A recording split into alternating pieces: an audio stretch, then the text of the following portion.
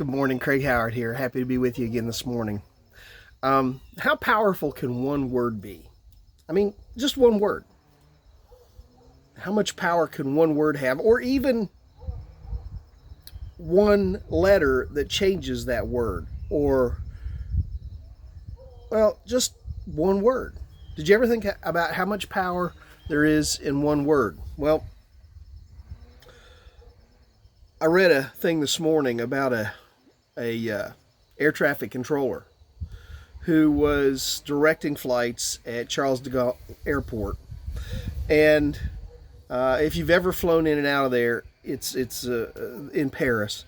It's a huge airport, and he was directing the flights and so forth. And he came to these two planes. One was a plane that was coming in from Newark, New Jersey. The other was a plane that was leaving to fly to a place in Spain. The one coming in was supposed to be directed to flight 09 or to runway 09L.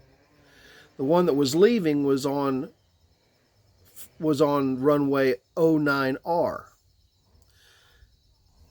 Not paying attention, he made a slip of the tongue and directed the flight coming in from Newark to land on 09L, the one that the other one was taking off from. The flight leaving for Spain saw this plane coming in on its runway, called the tower, and told them they were going to crash, that this plane was coming in on its runway. He immediately got on the line and told the flight from Newark to abort, and it powered up and just barely aborted the landing. The two planes missed each other by about 300 feet. Now, 300 feet seems like a lot, but when you're traveling at 135 miles an hour, 300 feet's nothing. And all because he just messed up one word, one letter in that direction. Words are incredibly powerful. Saying the wrong word at the wrong time, or saying the wrong word at the right time, can cripple some people. The Bible says in James chapter 1, verse 26, those consider themselves religious and yet do not keep a tight rein on their tongues deceive themselves, and their religion is worthless. Sometimes we need to learn to abort what we're getting ready to send out of our mouth. Sometimes we need to figure out a different way to say it. It might be the truth. What you're saying might be the truth, but it can be incredibly painful.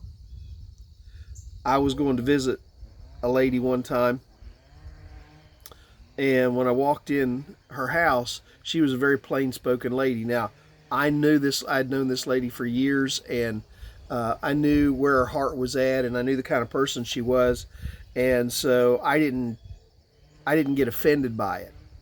But she looked at me and says, "My goodness, man, you're getting as big as a house." And her daughter happened to be there and said, "Mom, you don't say things like that." And she said, "Well, he is." And I understood this lady, and I understood where she was coming from, and I understood she didn't mean it to hurt. But you say that same thing to the wrong person at another time, and it can be incredibly devastating. It can be incredibly hurtful and painful. And I laugh about it, but it could have been. And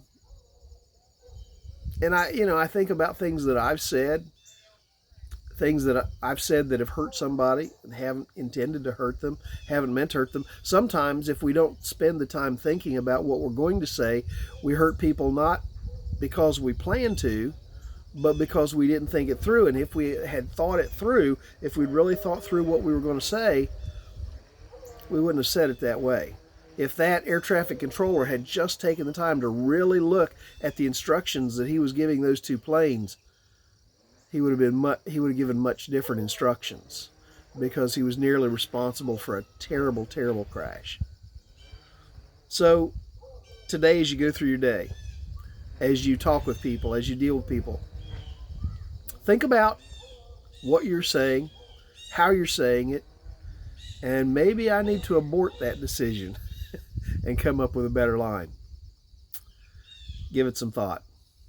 If we're going to glorify God, we glorify Him very quickly through what we say, or we give the wrong impression about what it means to be a Christian by what we say. You have a great day today. Lord willing, I will see you on Monday. God bless.